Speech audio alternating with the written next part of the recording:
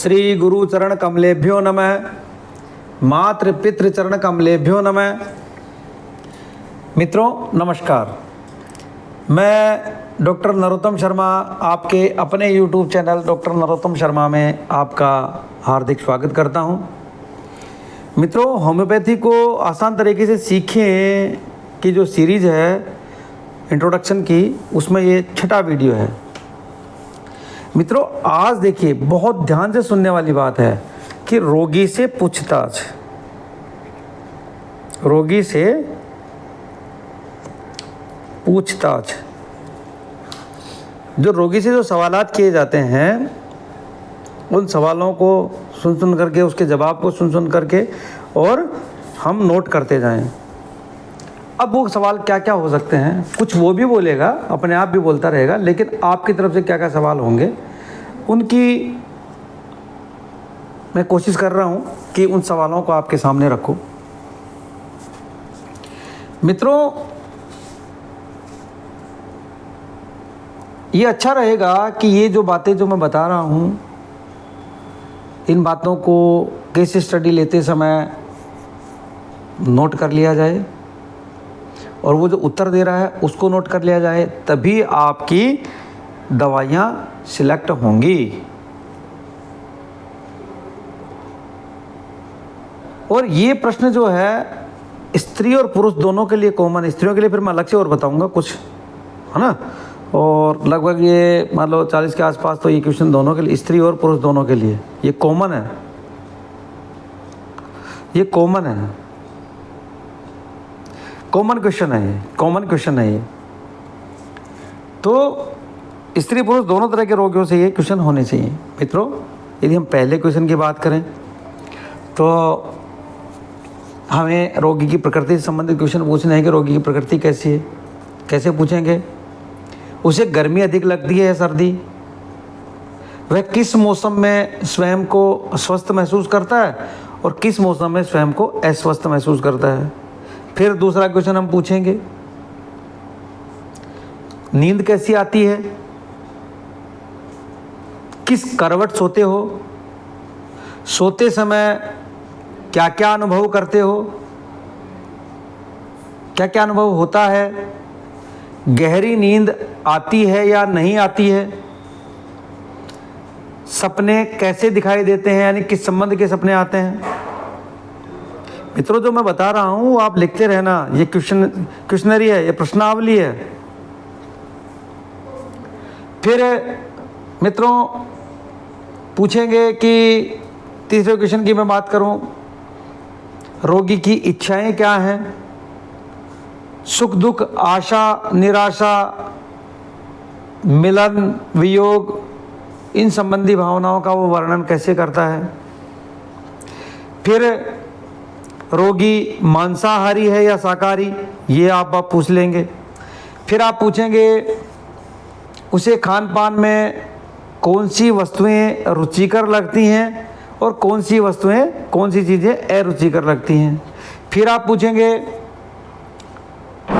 रोगी का रहन सहन कैसा है, यानी वस्त्र, व्यवसाय, खान पान, निवास स्थान, काम करने का स्थान आदि का विवरण आप पूछेंगे।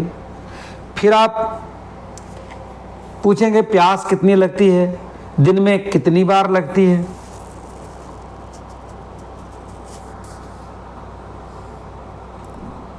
और फिर आप क्वेश्चन करेंगे अगला, क्या रोगी चाय, तंबाकू, भांग, गांजा, शराब, अफीम, कोकीन आदि का नशा करने का आदी है? यदि हाँ, तो कितनी बार और कितनी मात्रा में करता है दिन में, मतलब उसकी कितना नशे की मात्रा क्या है। फिर बात करते हैं कि रोगी का स्वभाव कैसा है, उसे क्या करना अच्छा या बुरा लगता है। फिर हम पूछेंगे रोग कितने दिनों से है, कभी पहले भी इस रोग की शिकायत रही है क्या। फिर हम पूछेंगे रोगी को पहले कौन कौन से प्रमुख रोग हो चुके हैं।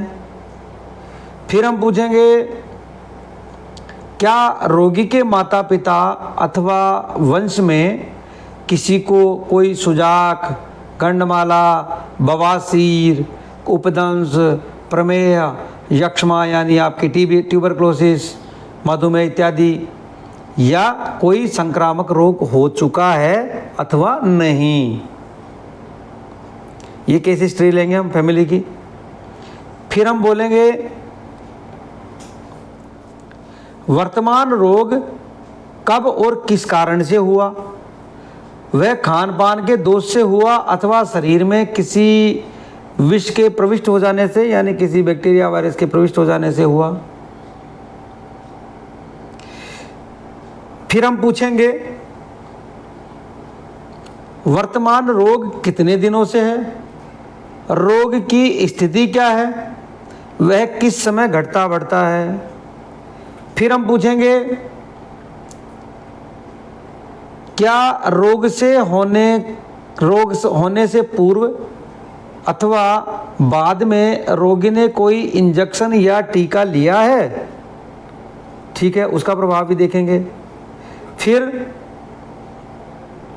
क्या रोगी अपने वर्तमान रोग का पहले कोई इलाज करा चुका है, यदि हाँ तो किस पद्धति की कौन कौन सी औषधियाँ सेवन की हैं। क्योंकि हमने देखा था पिछले वीडियोस में कि भाई जो हमने दवाइयाँ ली हैं उनका भी साइड इफ़ेक्ट होने से वो रोग पैदा हो रहे हैं, हमें वो चीज़ भी देखनी पड़ेगी। फिर हम अगला क्वेश्चन करेंगे पूर्वकालीन रोगों में रोगी क्या चिकित्सा कराता रहा।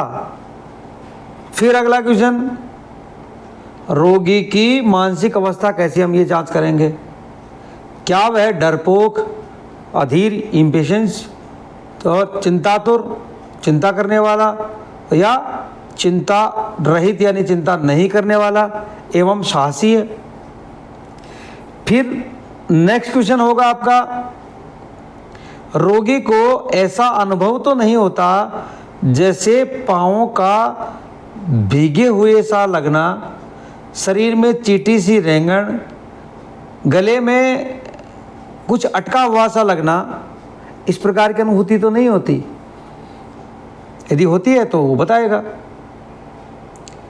फिर हम अगला क्वेश्चन बोलेंगे रोगी के शरीर में यदि दर्द है तो उसकी क्या स्थिति है। दर्द वाले स्थान पर सूजन अथवा लाली तो नहीं है, सूजन कड़ी है, टाइट है या मुलायम है। क्या वहां दबाने से गड्ढा बन जाता है, ऐसे दबाने से गड्ढा बन जाता है, ये आपका ऑब्जर्वेशन होगा। नेक्स्ट बात हम जो पूछ सकते हैं वो ये है कि शरीर के अन्य गड्ढों की स्थिति क्या है, आँख, नाक, कान, मुंह, जीभ, दांत, जनेंद्रिय की ठीक ठीक स्थिति कैसी है। फिर हम पूछ सकते हैं खाना खाने के बाद मुंह से लार गिरना, पानी भराना, जी मिचलाना, उल्टी होना, डकारें आना और उल्टी में मुंह में खून गिरना आदि की शिकायत तो नहीं है। मतलब जो जो रिलेशन जो आएगा मरीज का वैसे वैसे। फिर आप पूछ सकते हो पाखाना कैसा होता है, यानी लैट्रिन कैसी लगती है, और अपान वायु फ्लैटस यानी पाद की स्थिति क्या है, निकलता है नहीं निकलता, कम निकलता है, तेज आवाज़ के साथ निकलता है, फोर्स वाली स्थिति में निकलता है, कहीं ऐसा तो नहीं कि वायु ऊर्ध्वगमन हो रहा हो और उसकी वजह से सिर दर्द और हार्ट में प्रॉब्लम हो रही हो। ये सब हमें पूछनी है। फिर नेक्स्ट क्वेश्चन हम कर सकते हैं पेशाब की स्थिति क्या है, उसका रंग कैसा होता है। फिर हम पूछ सकते हैं गले की स्थिति क्या है, उसमें सूजन, जलन अथवा निगलने में तकलीफ आदि की कोई शिकायत तो नहीं है। नेक्स्ट हम पूछ सकते हैं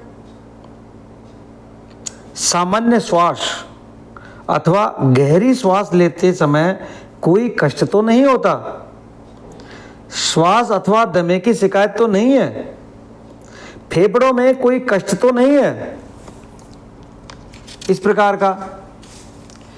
फिर यदि हम नेक्स्ट सवाल की बात करें तो ये हो सकता है कि भाई शरीर के किसी स्थान पर गिल्टी यानी गांठ, सूजन, दर्द, फोड़ा अथवा कोई अन्य शिकायत तो नहीं है। ये सब चीज़ें, ये सब सवालात आपको केस हिस्ट्री लेने में मदद कर रहे हैं, दवा के चयन में मदद कर रहे हैं। अब देखिए अगला सवाल क्या हो सकता है, कोई स्किन डिजीज तो नहीं है, कोई चर्म रोग तो नहीं है कि पहले कोई चर्म रोग तो नहीं हुआ, यदि हाँ तो उस समय क्या चिकित्सा करवाई थी, कौन सी चिकित्सा करवाई थी, ये आप पूछेंगे। फिर आप पूछेंगे पसीना कैसा आता है, पसीने के रूप, रंग तथा गंध की क्या स्थिति है, ठीक है। और फिर आप पूछेंगे रोगी को जो पेट से संबंधित है, मतलब जैसे प्लीहा संबंधी कोई शिकायत तो नहीं है,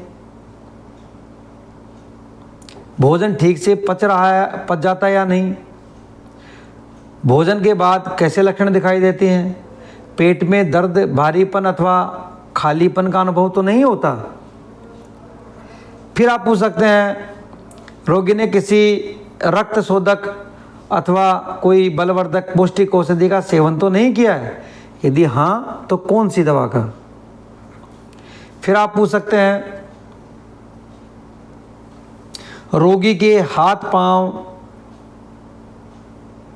जांघ, कंधे, कोहनी, हथेली, अंगुली, घुटने तथा पांवों के तलवों की क्या स्थिति है, क्या हालत है। फिर आप देखें तो ये बोल सकते हैं आप रोगी के नाखूनों की क्या स्थिति है, ये भी आप ऑब्जर्व कर सकते हैं। अब आप देखेंगे कि रोगी को कोई शिरोरोग तो नहीं है, कोई सिर की कोई समस्या तो नहीं है, रोगी के सिर के बालों की क्या स्थिति है, ये भी आप देखेंगे, झड़ रहे हैं, टूट रहे हैं, सफ़ेद हो रहे हैं, उम्र से ज़्यादा जल्दी पक रहे हैं, तो ये सब चीज़ें हम उसमें देखेंगे। फिर देखेंगे रोगी को खांसी है अथवा नहीं, यदि है तो उसकी क्या हालत है, कफ का रूप, रंग एवं मात्रा कैसी है। ये कुछ सवालात हो सकते हैं मित्रों, मैं नहीं कहता सारे के सारे सवालात एक पे आप अप्लाई करेंगे, परिस्थिति अनुसार एक चिकित्सक अपने विवेकानुसार ये सब चीज़ें पूछ सकता है। फिर आप पूछेंगे रोगी विवाहित है अथवा अविवाहित, यदि विवाहित है तो संतानें कितनी हैं और किस आयु की हैं। फिर आप पूछ सकते हैं कि रोगी की संभोग शक्ति और कामेच्छा की क्या स्थिति है। ये देखिए, ये जो सवाल मैं बता रहा हूँ आप स्त्री और पुरुष दोनों से पूछ सकते हैं, उसकी सेक्सुअल पावर और सेक्सुअल डिजायर इन दोनों की क्या स्थिति है। फिर आप पूछ सकते हैं रोगी शारीरिक परिश्रम अथवा व्यायाम करता है या नहीं। फिर आप पूछ सकते हैं रोगी की आर्थिक स्थिति कैसे है, क्योंकि इन सब से आप उनकी चिंता, फिक्र, पारिवारिक परिस्थिति के आधार पे आप गुण दोष देखेंगे और दवाइयों का सिलेक्शन करेंगे। अब क्या है कि केवल स्त्रियों से पूछे जाने वाले ये जो मैंने 40 प्रश्न बताए हैं वो तो दोनों से पूछ सकते हैं। अब मैं केवल स्त्रियों से बात करता हूं कि स्त्रियों के लिए क्या क्या क्वेश्चन हो सकते हैं। तो मित्रों, स्त्रियों से आप पूछेंगे कि आपको कोई प्रदर की शिकायत तो नहीं है, कोई ल्यूकोरिया इत्यादि की, श्वेत प्रदर, रक्त प्रदर इत्यादि की शिकायत तो नहीं है, यदि हाँ तो स्राव का रंग कैसा है। फिर आप पूछेंगे क्या आपका विवाह हो चुका है अथवा नहीं। तीसरा क्वेश्चन, यदि आपको परिस्थितियां लगती हैं तो आप पूछेंगे कभी गर्भपात तो नहीं हुआ, तब पूछेंगे जब परिस्थितियां होंगी, जब आपको पता लगे विवाहित है। यदि हाँ तो कितनी बार, उस समय क्या विशेष तकलीफ हुई थी। फिर आप पूछ सकते हैं आप प्रेग्नेंट तो नहीं है, गर्भ तो नहीं है, यदि हाँ तो कितने दिनों का है और आपको कैसा अनुभव होता है, और कौन सी संख्या गर्भ है, मतलब पहला बच्चा है, दूसरा बच्चा है, तीसरा है, कैसा है, ये सब आप पूछ सकते हैं। आप ये भी पूछ सकते हैं परिस्थितियों को देख करके कि वो बंध्या तो नहीं है या वो बच्चे वाली है। बंध्या का मतलब बांझ तो नहीं है, और वो या आप बच्चे, आपके बच्चे हैं या बच्चे वाली हैं, कितने बच्चे हैं यदि बच्चे वाली हैं तो, कितने जीवित हैं और कितने मर गए। कहने का मतलब किसी का अबॉर्शन भी हो सकता है या कुछ बच्चे बड़े होकर भी मर सकते हैं। तो ऐसा यदि हुआ है तो पूछना पड़ेगा उनको कि कितने जीवित हैं और कितने मर गए। मरने में अबॉर्शन वाली संख्या भी शामिल होगी। और मृत जो बच्चे थे, मृत बालकों की मृत्यु का कारण क्या था, आपके अबॉर्शन था या वो कुछ बड़े होके किसी बीमारी से मरे या कैसे मरे, ये सब चीजें आप पूछेंगे। फिर पूछेंगे आप कि अपने बच्चे को स्वयं दूध पिलाती है, देखो दूध पिलाने वाली माँ है तो, कि अपने बच्चे को स्वयं दूध पिलाती है या नहीं, मतलब अपना दूध पिलाती है नहीं। फिर आप पूछ सकते हैं कि कोई पेशेंट है जो बीमार है खुद और उसकी गोद में बच्चा है, तो आप पूछेंगे कि क्या ये बच्चा माँ के स्तन का दूध पीता है या ऊपर का, या आप दूसरा दूध पिलाते हैं, ये सवाल आप करेंगे। फिर आप एक सवाल और पूछ सकते हैं कि गुप्तांग में कोई रोग तो नहीं है, या अब ठीक है लेकिन पहले कभी हुआ हो, यदि हाँ तो कौन सा रोग हुआ था और उसकी क्या चिकित्सा की गई, ये भी हम पता लगाएंगे। ये सब चीज़ें यदि आप पता लगाएंगे ये सब क्वेश्चनरी से, या फिर वो जब वो खुद बोलता है तब आप पता लगाएंगे, उसकी बातों को आप करके उससे रूब्रिक्स बनाएंगे माइंड के, और फिर दवा का सिलेक्शन करेंगे। तो ऐसा कोई कारण नहीं है कि दवा काम नहीं करे। देखिए वस्तुतः वास्तव में फेलिवर दवाओं का नहीं होता है, फेलिवर चिकित्सकों का होता है।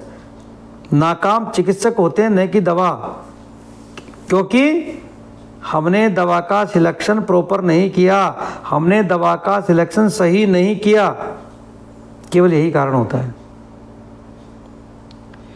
यदि रोगी शिशु हो, छोटा बच्चा हो, तो उसकी प्रकृति, स्वभाव, परेशानी, खान पान, पालन पोषण आदि के विषय में माता पिता या उसका कोई संरक्षक साथ आया हो तो उससे जानकारी प्राप्त करनी चाहिए। ये तो मैंने कुछ बताए हैं। देखिए मित्रों, यदि इन प्रश्नों के अलावा भी कोई प्रश्न जो आप आवश्यक जान पड़े आपको, उन्हें भी पूछें।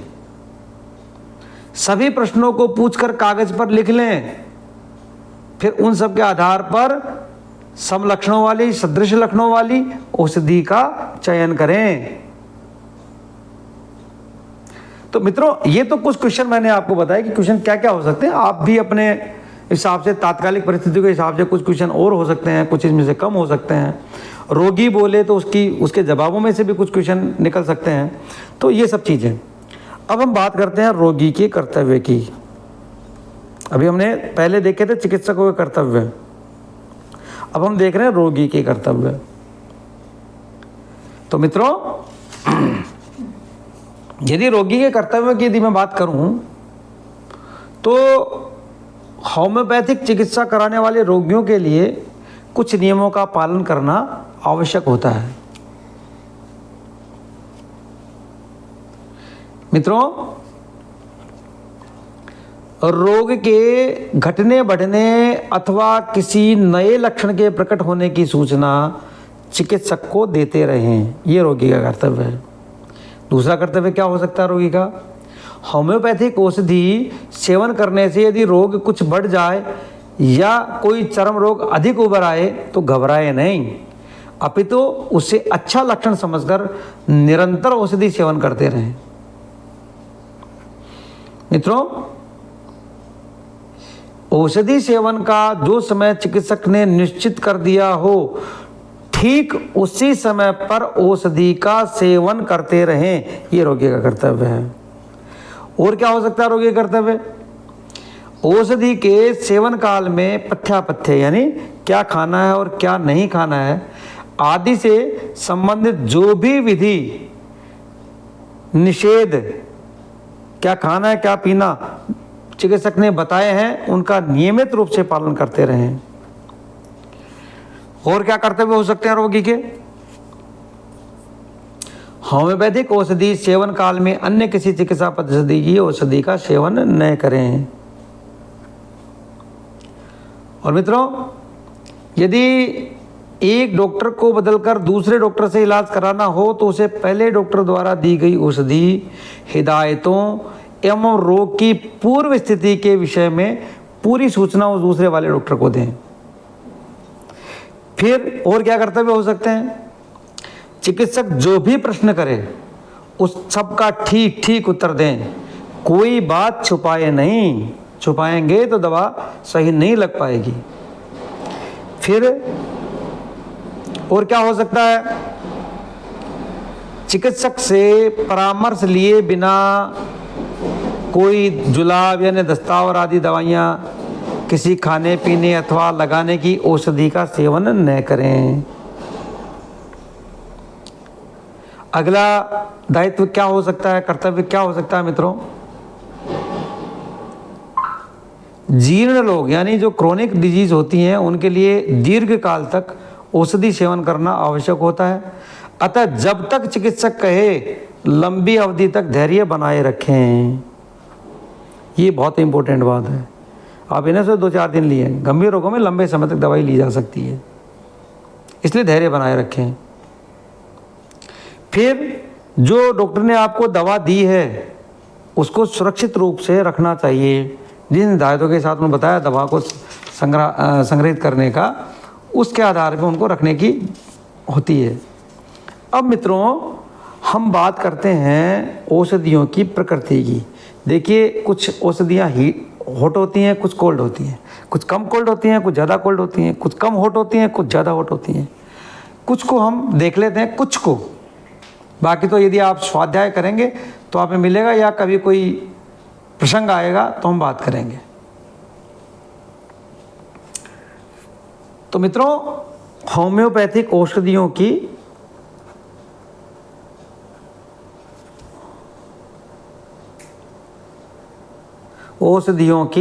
प्रकृति क्या नेचर है ये देखेंगे हम। देखिए, कुछ औषधियाँ तो ठंडी होती हैं, ठंडी तासीर की होती हैं, यानी शीत प्रकृति की होती हैं। कुछ औषधियाँ गर्म तासीर की होती हैं, यानी उष्ण प्रकृति की होती हैं। तो हम ये इनको कुछ दवाइयों को हम समझ लेते हैं उष्ण और शीत प्रकृति की। तो जैसे यदि हम शीत प्रकृति की चिली ड्रग्स की बात करें तो उसमें क्या है, कुछ कम शीत प्रकृति की, कुछ कम ठंडी प्रकृति की। ये दवाइयाँ कौन सी हो सकती हैं कम ठंडी प्रकृति की? ठंडी में भी थोड़ी कम का ठंडी और कुछ ज़्यादा ठंडी प्रकृति की। तो देखिए, मैं नाम बोलते जा रहा हूँ, आप देखते जाना। कुछ नाम बोल रहा हूँ कम ठंडी औषधियों के: abrotanum, acetic acid, apocynum, arsenic sulph, asarum, aurum ars, aurum sulph, benzoic acid, cadmium, camphor, carduus marianus, guaiacum, kali phos, rubrum, staphysagria, stramonium, valerian. कुछ का मैंने आपको बताया। कुछ और बहुत ज़्यादा ठंडी, अधिक ठंडी दवाइयाँ हैं, अधिक ठंडी प्रकृति की दवाइयाँ हैं। वो कौन सी हो सकती हैं, नोट करते रहना आप: एकोनाइट, अगेरिकस, एग्नस, एलुमिन या एलुमिन, एलुमिना। देखिए, एलुमिन और एलुमिना, ये दोनों अलग अलग दवाइयाँ हैं। Aloe, ammonium carb, argentum metallicum. इसमें कुछ और दवाइयाँ हो सकती हैं जो अधिक ठंडी प्रकृति की हैं, मैं नाम लिए जा रहा हूँ, आप लिखते रहना। Arsenic, aurum, calcarea silicata, cantharis, capsicum, carbo animalis, carbo veg, carboneum sulph, caulophyllum, causticum, chamomilla, chelidonium, china, chininum ars, cimicifuga, carboneum sulph, cocculus, coffea, colchicum, badiaga, baryta carb, baryta mur, belladonna, borax, bromium, calcarea ars, calcarea carb, calcarea fluor, calcarea phos, ignatia, kali ars, kali bichrom, kali carb, kali fluor, zincum met, chamomilla, creosote, lac defloratum, lycopodium, magnesia carb, magnesia phos, magnum, moschus, muriatic acid, natrum hours, natrum carb, Conium, Cyclamen, Dulcamara, Euphrasia, Ferrum, Ferrum ars, formalin, Graphites, Helleborus, Helonias, Hepar sul, Hyoscyamus, Hypericum, Rhus tox, Rumex, Ruta, Sabadilla, Sarsaparilla, Sepia, Silicea, nitric acid, Nux moschata, Nux vomica, oxalic acid, petroleum, phosphorus, phosphoric acid, Plumbum metallicum, Podophyllum, Psorinum, Pyrogen, Ranunculus bulbosus, Rhododendron, Spigelia, Stannum, Strontia, sulphuric acid और Theridion. ये अधिक ठंडी प्रकृति की दवाइयाँ हैं। अब क्या है, उष्ण प्रकृति वाली गर्म औषधियाँ। उष्ण प्रकृति वाली, अब क्या है हम देखेंगे, उष्ण प्रकृति वाली यानी गर्म औषधियाँ।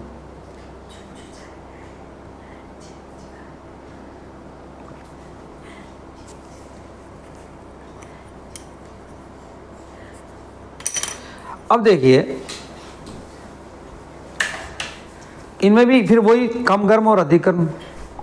कम गर्म औषधियाँ कौन कौन सी हैं, देखिए मैं बोल रहा हूँ। Ambra grisea, Baryta iodide, Calcarea sulph, Comocladia, Ferrum iodide, Niccolum met, picric acid, Tilia, Thuja, Tuberculinum, Ustilago और वाइबर्नम ओप्युलस। और अधिक गर्म औषधियों की बात करें, अधिक गर्म, ये अधिक गर्म तासीर की औषधियाँ। Aesculus Hippocast, Allium cepa, Apis, Argentum nitricum, Asafoetida, Aurum iodide, Aurum mur, Bryonia, Caladium, Calcarea iodide और Coccus cacti, Crocus, picric acid, Tilia, Thuja, Tuberculin, Crocus के बाद में है आपका Drosera, fluoric acid, Gratiola, Hamamelis, Iodum, Kali iodide, Kali sulph, Lachesis, Ledum, Lilium tig, Natrum mur, Natrum sulph. मित्रों Crocus के बाद में आप देखेंगे ड्रोसेरा। वो दो तीन नाम मैंने पिक्रिक एसिड और टीलिया थूजा का गलत बोल दिया था, तो वो कम गर्म में थी, ज़्यादा गर्म में ये आएंगी। फिर ओपियम, प्लेटिनम, पल्सेटिला, सेबाइना, सिकेलिकोर, स्पंजिया और सल्फर। तो मित्रों अब हम बात करते हैं, ये तो कम ज़्यादा गर्म की हो गई, जो अत्यंत शीत और अत्यंत उष्ण दोनों ही प्रकार की प्रकृति से प्रभावित होने वाली कुछ नाजुक औषधियाँ हैं, उनका मैं नाम लिख देता हूँ। जैसे मर्क्यूरियस, एपिकाक, नेट्रम कार्ब, सिनेबेरिस और एंटिम क्रूड। मित्रों इसमें क्या है, जो मर्क्यूरियस है वो पुराने रोगों में शीत प्रदान, और जो एक्यूट हैं, तरुण रोग हैं, नए रोग हैं, उनमें उष्णता प्रदान होती है। ये विशेष बात नोट करने के लिए मर्क्यूरियस के लिए। अब देखिए मैं ये टॉपिक लिखता था, बरसात में कम अच्छी लगने वाली, जिसको बरसात में अच्छा नहीं लगता है, कम लगता है, ये वो उस टाइप की औषधियाँ हैं। जैसे एलम है, आर्च है, Belladonna, Bovista, Carbo animalis, Carbo veg, Chamomilla, Laurocerasus, मैग्नेसस, Mezereum, muriatic acid, Rhododendron, Sepia, Silicea, Spigelia, Staphysagria, sulphur, Zincum. और एक बरसात के मौसम में, ये तो कम अच्छी और एक अच्छी लगने वाली स्थिति। किसी को बरसात का मौसम अच्छा लगता है तो दवाएं कौन सी होती हैं? Asarum, Bryonia, Causticum, fluoric acid, Hepar sulph, Ipecac, Medorrhinum, nitric acid, Nux vomica, Platinum, Sabadilla, Spongia. ये सब उस टाइप की दवाइयाँ होती हैं जो बरसात में जिनको अच्छा लगता है उनके लिए। अब अंग विशेष की औषधियाँ होती हैं, अंग विशेष के लिए, लेफ्ट राइट या अंग विशेष के लिए। अंग विशेष के लिए दवा क्या है? अब देखिए, यदि दायां अंग राइट साइड ऑर्गन हो, यदि आपका दाईं तरफ यदि कोई प्रॉब्लम है, रोगाक्रांत है दायां अंग, तो उस पर जो औषधियाँ होती हैं वो देखिए। ओरम है, आर्जेंटम नाइट्रिकम है, एपिस है, कोलोसिंथ है, कैंथेरिस है, कैलकेरिया कार्ब है, चेलिडोनियम है, नक्स वोमिका है, pulsatilla, belladonna, Bryonia, borax, Baptisia, scale, lycopodium. ये सब दाएं अंग की दवाइयाँ हैं।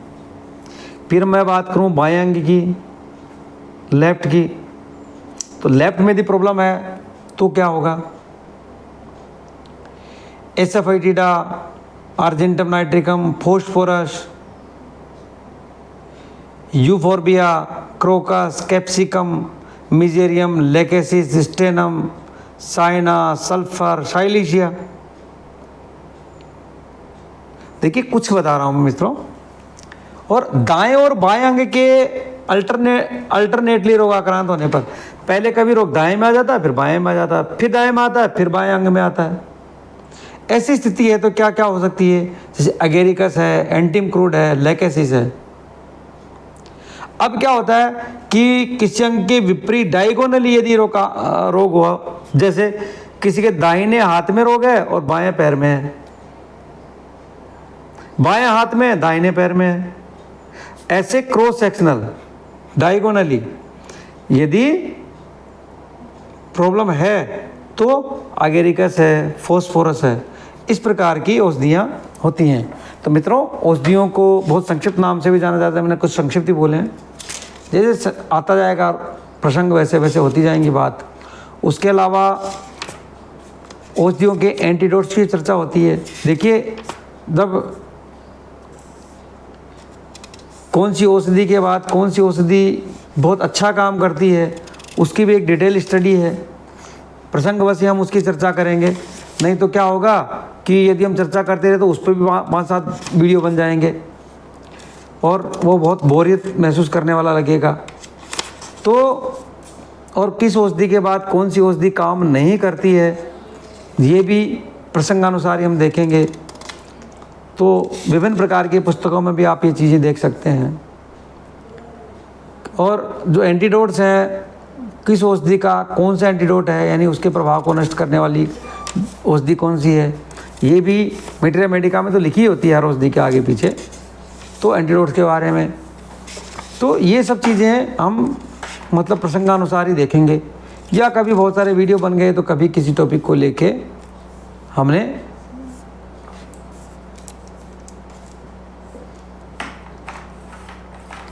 तो मित्रों इस प्रकार से मैं सोचता हूँ कि इंट्रोडक्शन के वीडियो की जो सीरीज़ है उसको यही हम समाप्त करते हैं। और अब हम मेटेरिया मेडिका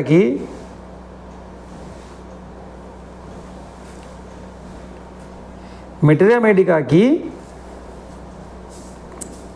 दवाओं के बारे में आगे के वीडियोस में पढ़ेंगे। ठीक है दोस्तों, तो मित्रों मेरा ये प्रयास यदि आपको पसंद आ रहा हो तो वीडियो को लाइक और शेयर करें, चैनल को सब्सक्राइब करें। आपका यदि कोई सुझाव हो तो कमेंट बॉक्स में ज़रूर लिखें, मुझे अच्छा लगेगा। इन वीडियोस को आप अपने इष्ट मित्रों, रिश्तेदारों, मिलने जुलने वालों को शेयर करें, फॉरवर्ड करें, ताकि वो भी होम्योपैथी का सानिध्य प्राप्त कर सकें और होम्योपैथी के इन विलक्षण गुणों को या इस अलौकिक चिकित्सा पद्धति से वो अवगत हों और अपने आप को आरोग्य प्राप्त कर सकें। इस प्रकार का मेरा प्रयास इसमें रहा है कि मैं आपको होम्योपैथी से कुछ रूबरू करवा सकूं। और अब विधिवत रूप से हमारे मेटेरिया मेडिका की मेडिसिन्स की शुरुआत हो जाएगी और मेटेरिया मेडिका की कुछ मेडिसिन्स आ जाएंगी, 20, 25, 30 मेडिसिन कम से कम आप समझ लेंगे। उसके बाद हम जो आधुनिक काल में बीमारियों के नाम के हिसाब से, लक्षणों के हिसाब से जो दवाइयाँ होंगी वो थेरेपेटिक्स का एक अलग सीरीज़ हम बना देंगे, तो उसमें आप इसको देखेंगे। तो मित्रों मैं यहीं विश्राम देता हूँ। नमस्कार, जय हिंद, वंदे मातरम, जय भारत।